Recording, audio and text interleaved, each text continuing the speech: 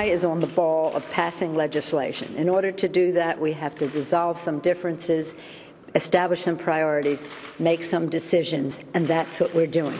Whatever happens in Massachusetts, we have to do that, and whatever happens in Massachusetts, we will have quality, affordable health care for all Americans.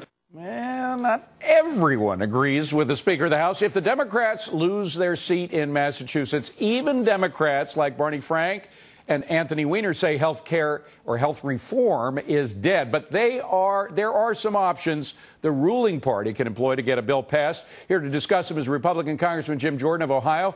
We sent out invitations, by the way, dozens of Democrats, but none accepted. We did have one.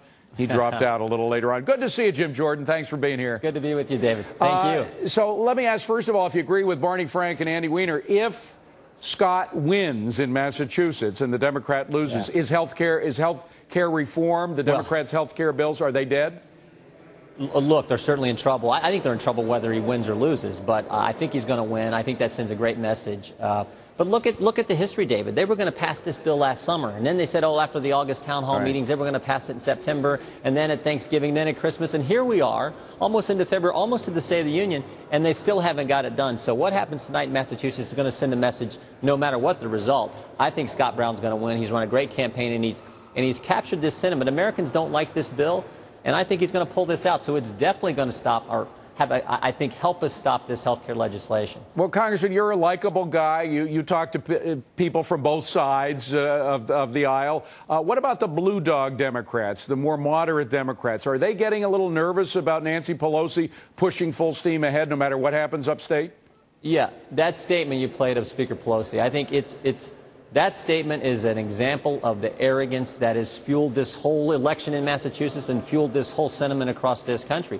People don't like the arrogance they're seeing here in Washington. So I do think you're going to see blue dog Democrats on the life issue, on the taxing in this bill, on a whole host of things say, wait a minute, we're not going to accept this Senate bill. I mean, I think it's in big trouble. And again, I think what happens tonight in Massachusetts is just going to add to the energy on our side. I was at the town hall meeting on Sunday night, 300 people packed into a VFW hall talking about this. Those citizens understand this is a long fight, but they're in it for the long haul because they know this bill is bad, this bill takes our country in the wrong direction, and they're willing to fight just like Scott Brown's been doing up in Massachusetts. Have you talked to individual members from the Democratic side who voted originally for the bill who are now going to vote against it? I think the key is Bart Stupak. I think on the life issue, you're going to see a lot of Democrats say, look, we fought hard for that language. We know it's the right kind of language. We know it's language that respects the values of the American people.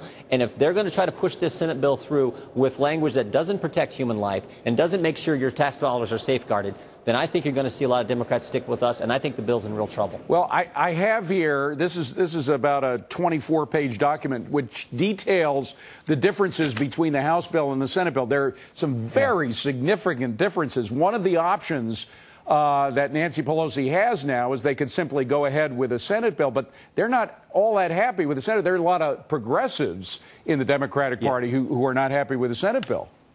They don't like it for the union tax on union health plans. They don't like it because it doesn't have the, quote, public government option. So the differences aren't trivial. And if they try to shove this thing down the House members' throats, I think you'll see a real problem there. And if they try to play any other games. If Scott Brown wins and they say, you know what, we're not going to, the Secretary of State plays games and they're not going to certify him and seat him in a prompt fashion, I think you will see the American people really turn up the heat on members of Congress and on this legislation. So they're in a tough situation because they haven't listened to the American people, and frankly, they haven't given us conservative Republicans a chance to weigh in and say the kind of things that would actually make health care better for families and small business owners across this country.